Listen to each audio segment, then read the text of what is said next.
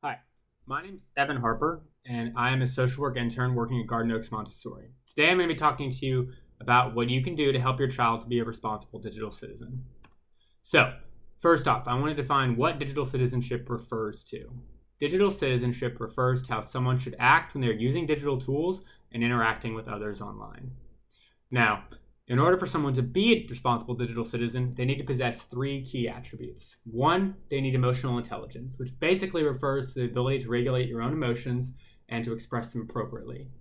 Second, they also need to have self-value, so they need to value themselves as people. And third, they need to have knowledge of the hazards of operating online. Now, in this presentation, I'm going to cover 6 topics that are going to help you engage with your child's online behavior. So those 6 topics are the importance of proactive parenting, how to approach social media, how to responsibly engage with parental controls, hidden apps, and the importance of both digital literacy and digital safety. Now, as with most things, children tend to depend upon their parents to guide them to an understanding of what proper behavior is.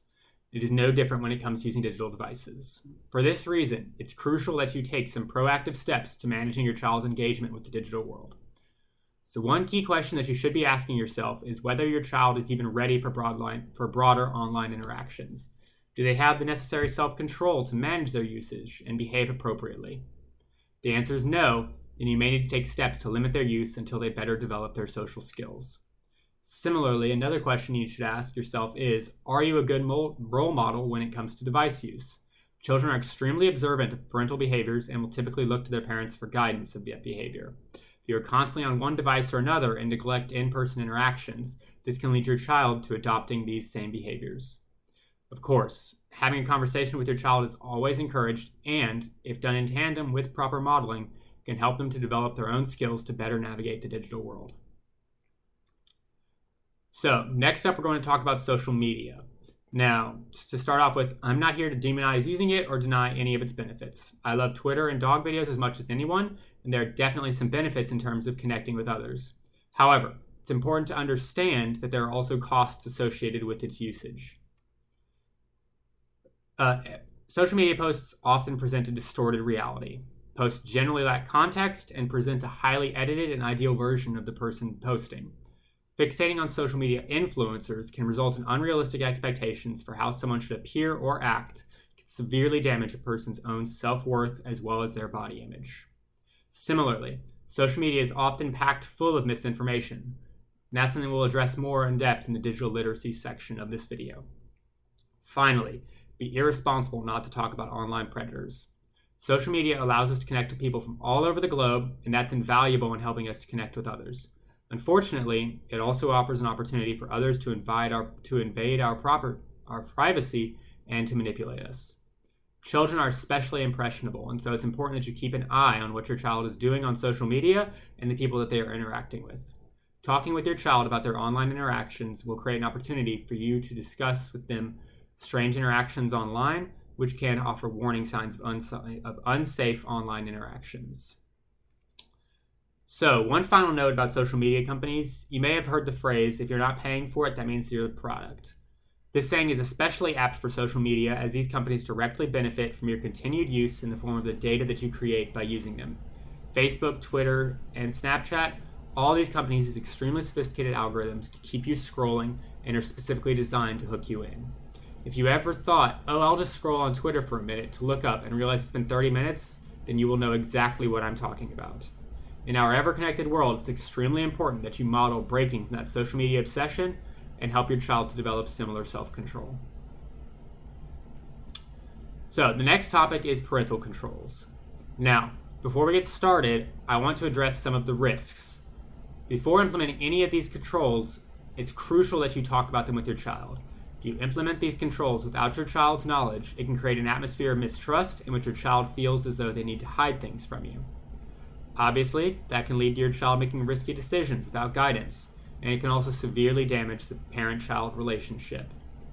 Finally, many of the parental control apps on offer include extremely invasive tracking technologies to the point that they may be considered spyware. We do not advocate inappropriate monitoring of your child. The goal should be to keep your child from dangerous behaviors, not from absolutely any behavior that you don't agree with. Making mistakes and learning who you are is a key part of childhood development.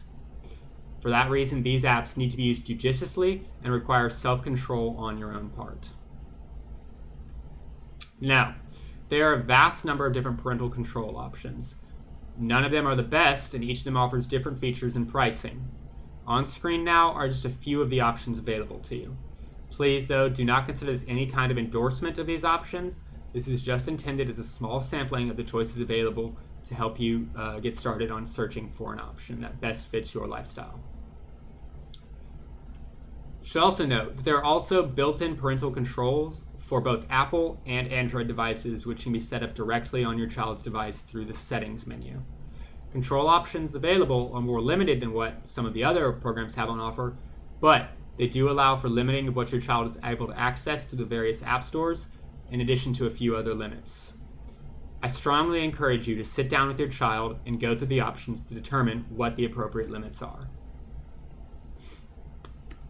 Now, if you've never heard of hidden or vault apps, here's a very brief rundown. In essence, they are apps that allow someone to create private lockers for images, texts, videos, etc. that are separate from the primary storage on a device. Anything that's in these vaults cannot be accessed through other device functions, and they are a common method of hiding sensitive information. Typically speaking, they present as innocent apps, most often as a calculator or a media player. However, when the correct passcode or action is taken, the front layer peels away to reveal the hidden content. There are literally hundreds of these apps available, and a few of the more popular ones are indicated on the screen now. Now, how do you determine if your child has one of these hidden apps? Well, a good first step is just to look through the device and see if they have duplicate apps, such as another calculator app. Typically speaking, most people don't need 2 calculator apps, so that would raise suspicions. Additionally, if you search Vault or Hidden on the App Store, you're going to find a list of these types of apps. Just type it in and start scrolling through. If any of these apps has the open tag next to it, it means that the app is present on the device. And lastly, just a good preventative measure is to limit the ability to download apps using the parental controls that are built in on both of the devices. This will allow you to require a passcode for someone to download an app, even if it's free. Now, let's move on to digital literacy. So, digital literacy means having the skills to critically assess information and determine if it is reliable or questionable. Some of you may be asking yourself, well, how do I determine if something's reliable or not? One method is to consider the who, what, when, where, and why of what you're reading. So, who refers to who wrote the piece. Is the author someone with the expertise and knowledge to have a reliable understanding of the topic? What refers to what are they saying. Does what they're saying seem logical and make sense, or does it seem like they're stretching to make a point? Furthermore, do they provide legitimate evidence to back up what they're saying? Can you verify the information with other sources? The tone of the article informational? Does it seem like they're trying to sway you to their point of view? Are there spelling or grammar issues? All of these are questions that can help you to gather information and assess if this is a source that can be trusted. Next, when was the article posted? If the article isn't recent, it's possible and even likely that the situation has changed and the information in the article is no longer relevant. As a responsible digital citizen, it's important that you stay up to date on information as it develops rather than depending on outdated knowledge. Where was it posted? The internet's free and open for anyone to publish information with absolutely no limit. For that reason, you want to consider whether or not the information was posted to a reputable organization. Some examples of these would be New York Times, BBC, Fox News, government agencies, etc. All of these agencies have strong editorial guidelines and ethical constraints, which require that they check their facts and sources prior to posting, and that they post updates as new information is discovered. Finally, why was it posted? Is the post intended to inform the reader, or is the author trying to sell you on an idea? If the author is attempting to sell you, then they may have some implicit biases to stretch the truth or hide certain information in their attempts to convince you. One note about social media. Social media is not a reliable source of information. If you depend upon social media for news, it's likely that you may not be getting a full view of an event. For that reason, You should make it a habit of checking any claims made on social media by looking at major, reliable sources and seeing if they back up the claims that you see there. And lastly, we want to talk about digital security.